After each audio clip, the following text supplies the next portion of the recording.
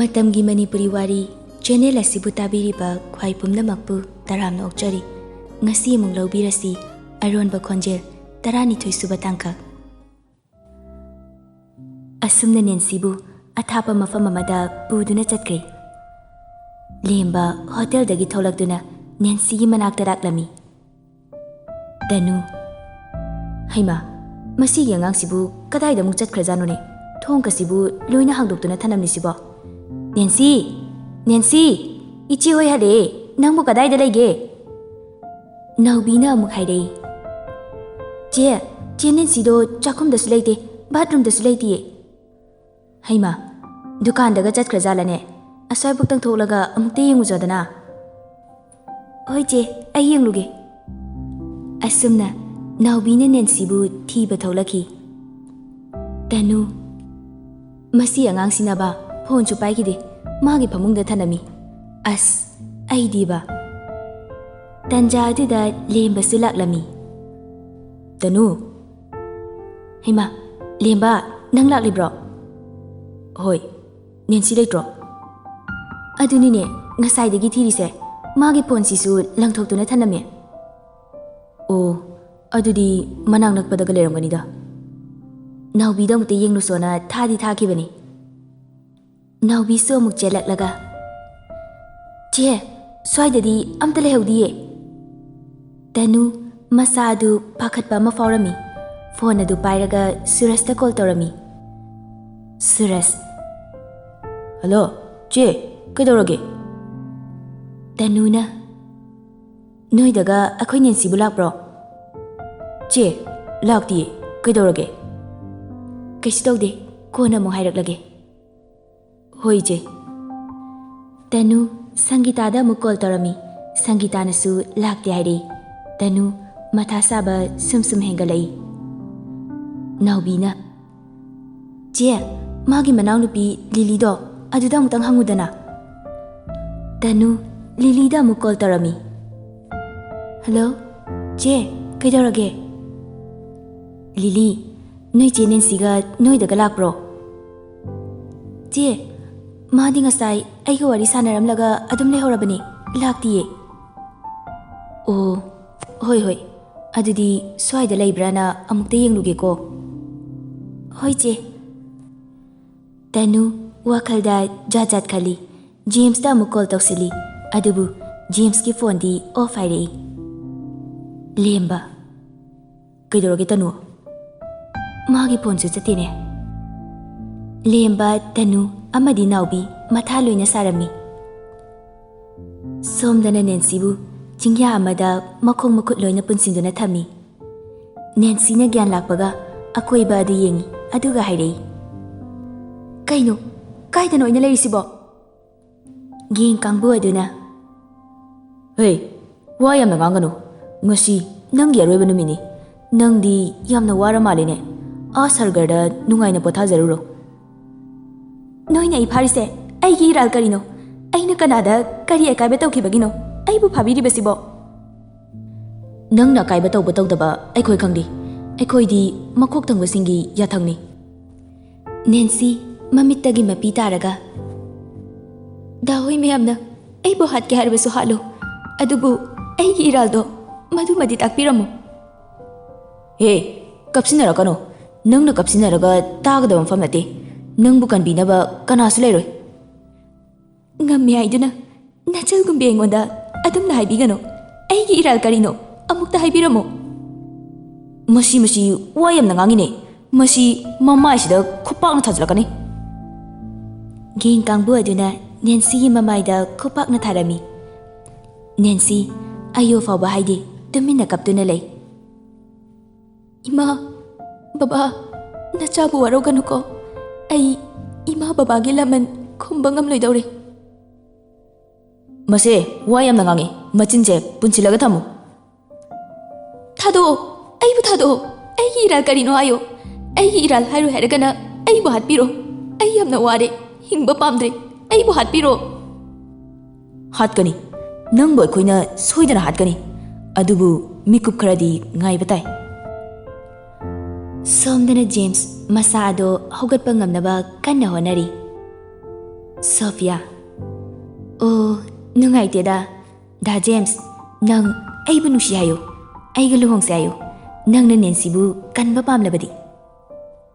James na amu napunsidabu adugi wakalduri khalunu. Aigi Nancy bu noina karisu tawba ngamloi. Asingba adudi se simuna tawko kanagi khonjel mange habado. Nancy. Aibu thado. Aigi iral karino amuktang di takpiramo. Aibu thado. James Nancy khonjel tabada mapi tarakiba khangaude. Nancy. Sophia na amu. Mani, Nancy ni. Ngasi di magi aroiba numit ni. James. Nangse, karamba nupino. Nancy do, atay ka nasa nati. Nanggalu na tinariba, liligi machini. Sophia na amuk so hairi. Ay na lilibu, ay gi imanabi ni haina, kan kibalite. Aduk pang daba, nupa fang nabagi damakta, miya magi tawaibu, kasulay ta na kanba. Tukachay, ay nangbu, tasing na tukachay. Karigumba, ay gi hakjang asina, hogat pa yaram labadi, ay nangbu, ikut pe na hat kani. Yam sauraba, sauno. Nang na sauning madudagi, ay na hena sauningi. Nang na Nancy bu, nungsikiba mikuptudagi. Hat kani, ay mabu soy dan hat kani. Nang bu, kanam tagi heloy. Nancy bu kan bapam labadi, nang ay bu nungsi hayo. Nang na apaba nupi ma oiram labadi, ay nang bu khajitang oirabasu nungsi biba yabani. Adubu haujikti, ay nang bu tasing na tukachay. Sophia matanta pangsawda saurami. Somdana, tanu amadi naubi, tumba yadre. Naubi. Iche, kaisu khaluranu. Chen ki boiram basu yaye, hayeng khanglani. Tanuna kaptuna amuk hairei. Naubi, magi khangnaba nupa amatasu leitana. Che, da James na yamna pamjabani. Ai thajade. Madu ai thajaba ngamde. Naubi, ai karigumba kharadi chingne. Somdana lembasu Nancy chenkre khanduna thamoi sokna yumda halaki. Nancy, tekta kaidana leyuko. Nangna thamoi sengna nungsiba mahak aduga. Somda geng singaduna. Purosida ngayak thanamo. Lao, aikhoisu chak charurase. Asumna moi loinamak chaba changkre. Nancy, napi mathak aduda ahingi likla maraktuda yamna singlami, mapi tabasu lepte. Ichegi Lily, nang ichibu warauganuko. Karigumba ichena phatta nungda thoklabasu, nang ima bababu hatba misakado laman khumlauko. Nancy, tumina amu hiptuna lay. Geng kangbu adana. Se, chak sakra jasilo. Nancy, karisu kumde, tumina kaptuna lay. Hey, chak sakra jasilo haibani ne. Masi ngayak leirabadi nang buhado haiba misingado soidana lagnani. Nancy, khumlaroi khana khumdrabani. Masi khumdine, masamado pairaga chingalo. Halo, aibo halo. Asukwana thambirise, karigino. Ai yamna ware. Aibo hatkadaba leirabadi hatpiro. Lily, ahinga aduda tanuda call tawraami. Hello, Lily. Che, aikoi se phanglabo. Phangriye, thiba yaba thire. Lily, mamitagi mapi tare. Che, aikoi ichedo athengba ingasida kadaida leramgani. Lily, nang kapkanuo, kaisu tawriye. Che, ai yamna pakhale. Aigi ima babasu asumna isorna ifamdagi munbikibane. Aigi ichedo athengba sida. Tanusu kaplaki. Se, kapkanu, ichi waigi. Hayeng nongalaga loina khanglani se. Numidang, pungani tare. Lembagi mangda Nancy bu awaba sakfamda urami. Sir, aibu amukta kanbiyo. Ai yamna wari. Aigi thawaise amuktadi kanbiyo. Lemba ahinga aduda masa adu humang ngakta ngaire kanna laurei. Nancy!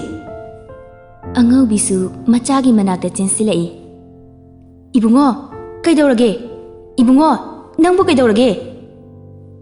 ꯏꯃꯥ, ꯅꯦꯟꯁꯤꯗꯣ ꯑꯋꯥꯕ ꯁꯛꯐꯝꯗ ꯎꯔꯝꯃꯤ꯫ ꯅꯦꯟꯁꯤ ꯍꯥꯏꯕꯗꯤ?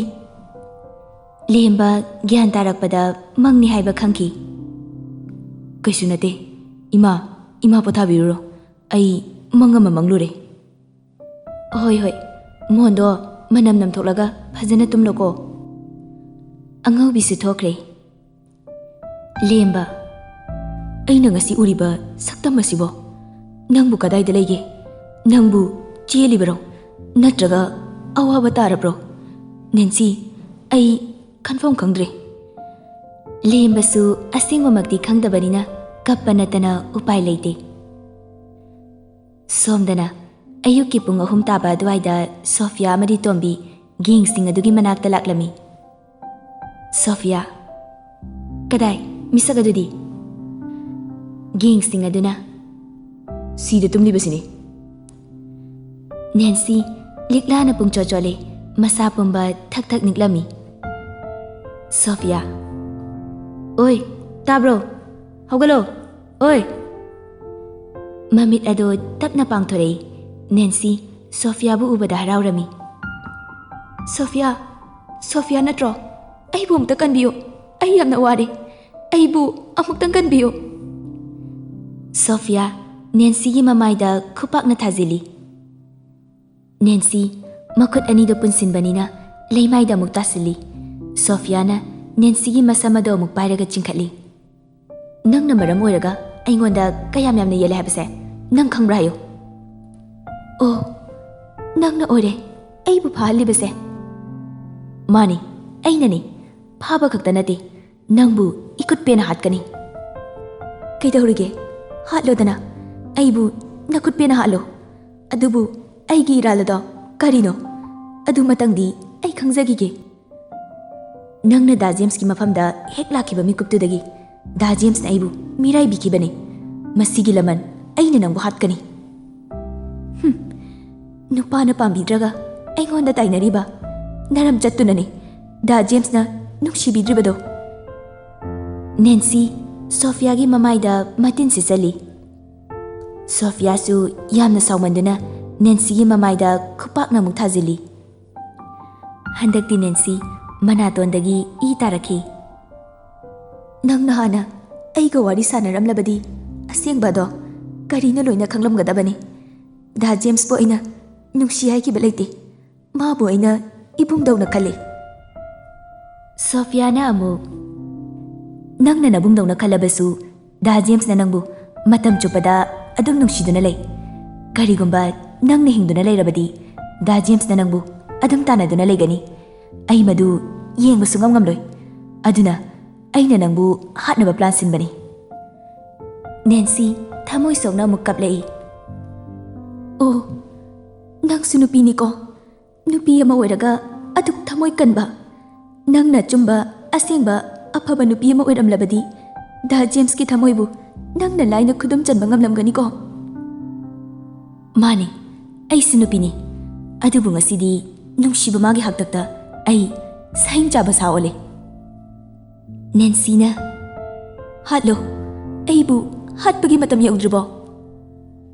ꯅꯪꯕꯨ इकुट पेना लाखनखिनी अदुगा तपना तपना ओत्तुना हाटकनी दा जेम्सना वाफम असे करीगुंबा खंगलक्लबदी नंगबु नुक्सिबा ngamkhidra मादी कैसु तौबा ngamlaroi नंगबु कनबसु ngamlaroi मादी अइना hospital दा मसा सोंथनबा हिदाक थादुना थमग्रे नंगना नहाल nganglakpa numit aduda Modi who थकी खुदक अदुदा डॉक्टर दा पुखली डॉक्टर दा पुखतपगी खुदोंग चाबदा अइना लौरगा सिनखिबा थौरांग ngakतनी करी करी आइबा दा जेम्स बो नंगना दा जेम्स नुक्सि हायरगा करीगी अवाबा पिबिरिबना हायो अइगी नाक्ता दुम लैनबा नंग कैदोगे हायबनो नमा नपासु लैते नबुंग नपासु लैतबी नंगबु कनाना कनबिगनी नेंसी तुमिना कुंथैदुना कपली मनातोलदगी ई तारकपसु लेप्ते दा जेम्स अइबु वरौगनुको अइ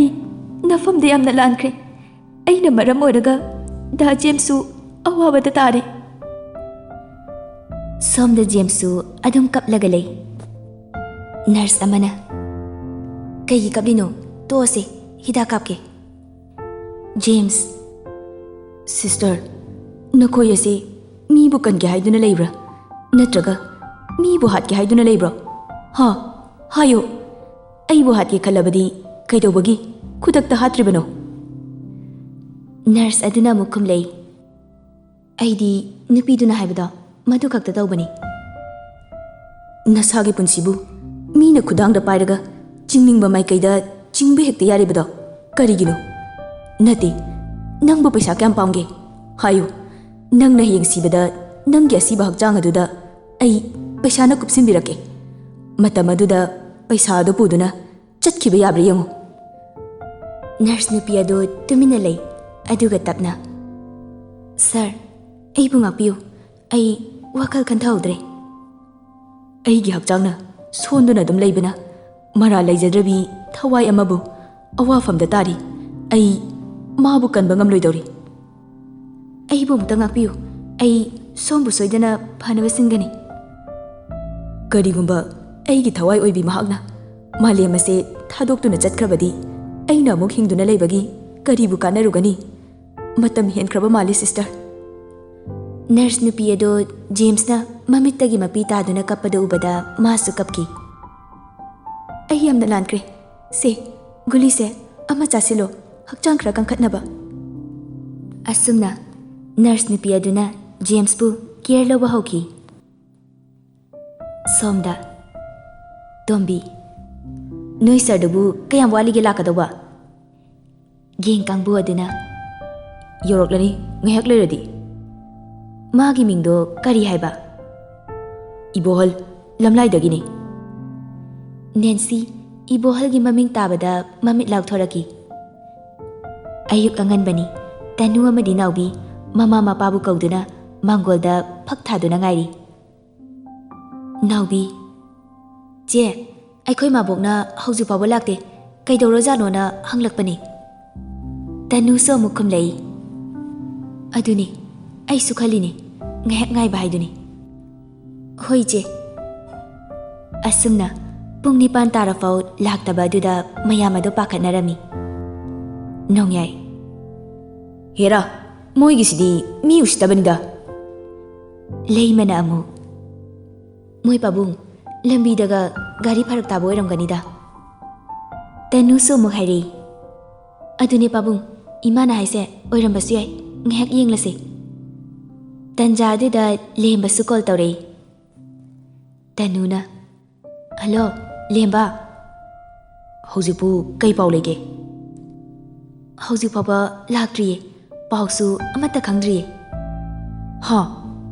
Lemba magi mamangda ukribaduga yamna pakhatlami. Lili su romaga nabaga puduna lai. Lili. Iche, hauji papa pau haidokpa laktribo.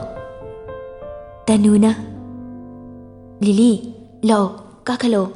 Ima, baba, somda kakalo. Lili na mukso hairi. Iche, ay jingnaba sum paure. Ay ko iche do, phatanung daga thokla jalo. Tanu, Lili, kari su khanjalunu da. Nong yaina. Ay di noi gise thajaraktre. Police ta report ama pibana phagadawa malibu. Nabana so mukhairei. Ashengmani tada na haibiribase. Lili, masadu pakhatpana yadre. Ima, baba, aigi chegi thawaido amuktari kanbiyo. Aigi chedo chenba oiramloi. Mina phabiba soidana oiramgani e. Roma. Se, kari su khaluno. Ekhoi miyam lairisidi. James su ahing tumdabana thengna makeup thoklami. Handakti James masa khara yangle. Ibecha. Nangmu nasado khara pharabo. James na. Ima, aigi phone di amukta piro. Karigino ne, hauji nasa fo fatringaida karigi phone o. Ima, aina office ta chatrise yamna kuire. Marol amta haigi ge tawbani. Se, yamna kuibe yade ko. Nang naba pharakanda oina phajana payu. Asumna phone adu lauraga James na Tanugi number adu fazilhawi. Ima, se phone se off le hare. Ibecha phone adu lauduna mapande thokre. Rajen. Hai, nachanupa dubu karistu tawdrabo. Ibecha. Hanadagi kharadi phare. Somdadi mabok na hanglakpada sidorene. Pharanida yam pakhatkano hayo. James kamaina tawsige khanduna leiringaida nurse nupi adu changlakhi. Hakchang kamain tawrige. Thank you sister. Sister na aigi wa tabibagi. Adu sister, ai sister dagi mateng amta nijage. Hayo, kari mateng no. Ai sister gi phone do minute ama katang waijage. Oh, yaye, se lok hanglabani. James phone adu lauduna call tawge tawi. Sister do lepaga leiba duda amukka yankhalai. Oh, sorry.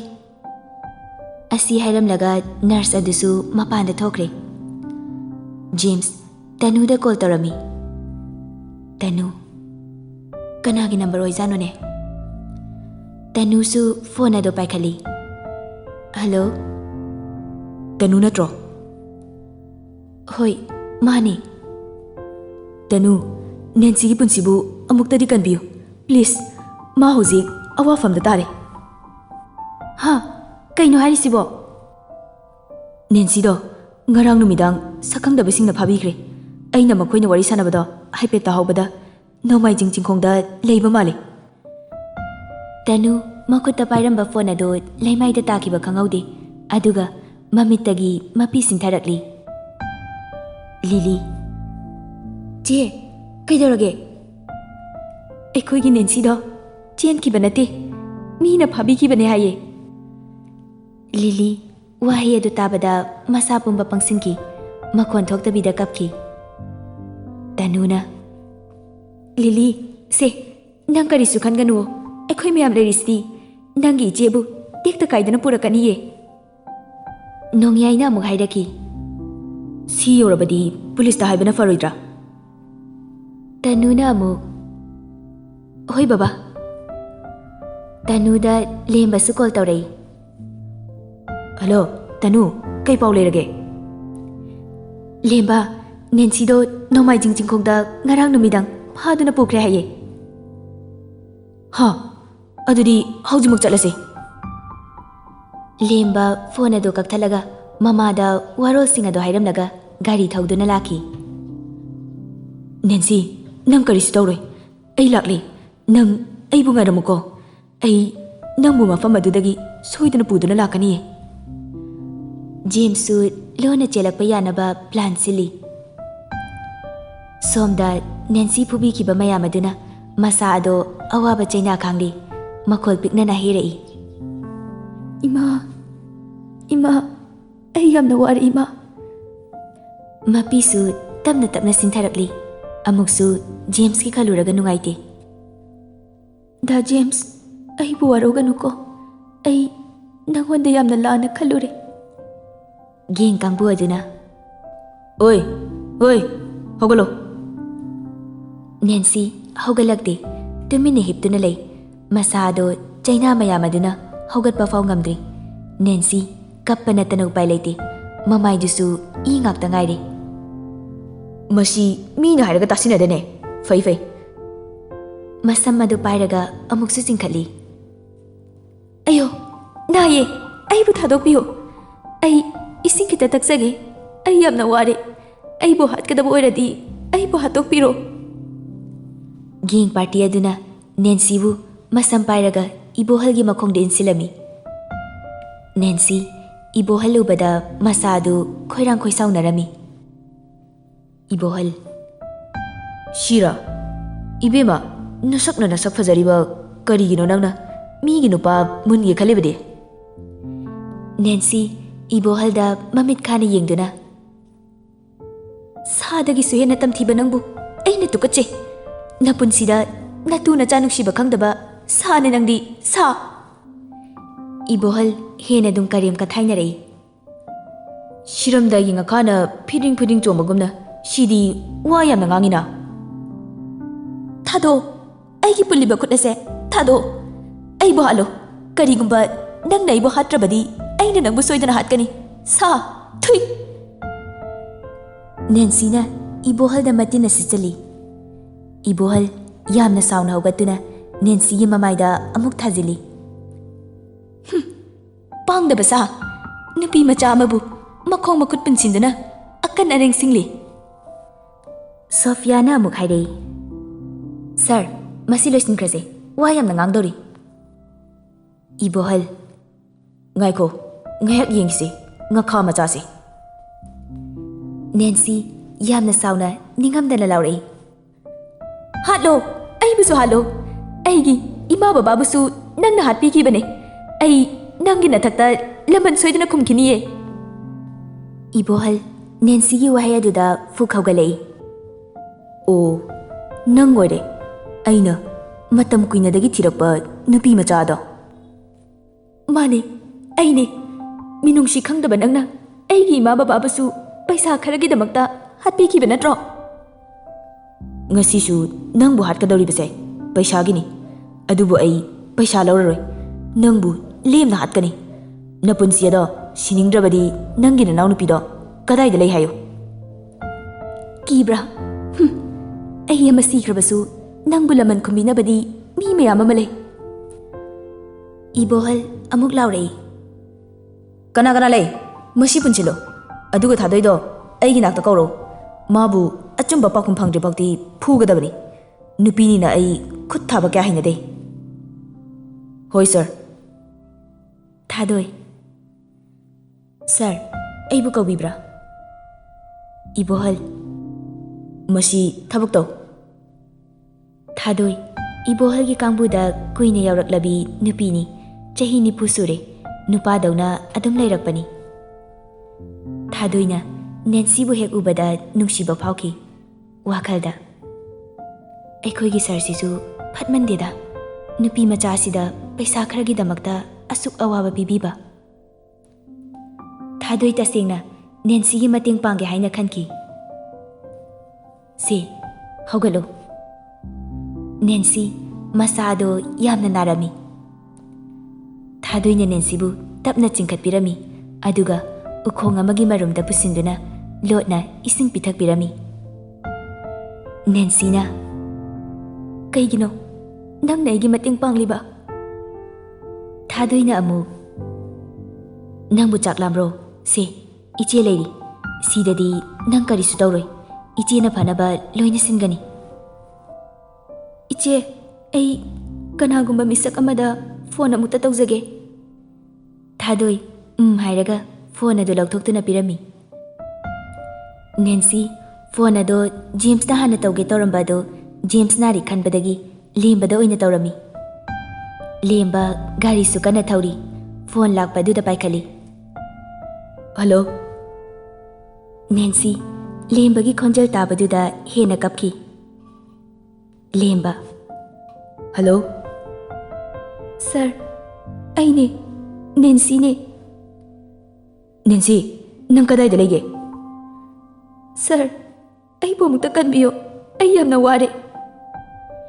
Nancy lemba gi khonjel tabadu da hena mapukning nungshiraktuna amuk hena kapki. Wa ngangba faba ngamlamde. Lemba su Nancy na awaba chaina khangna thamoi sokna kaplakpa aduda masu thamoi puba ngamlamde. Nang kaisu tawroi ai lai nang ai bu ngai don leiramuko ai leiri nang hauji kadai da leige. Nang mai jing khongda sir ni lai ai thamlage ko.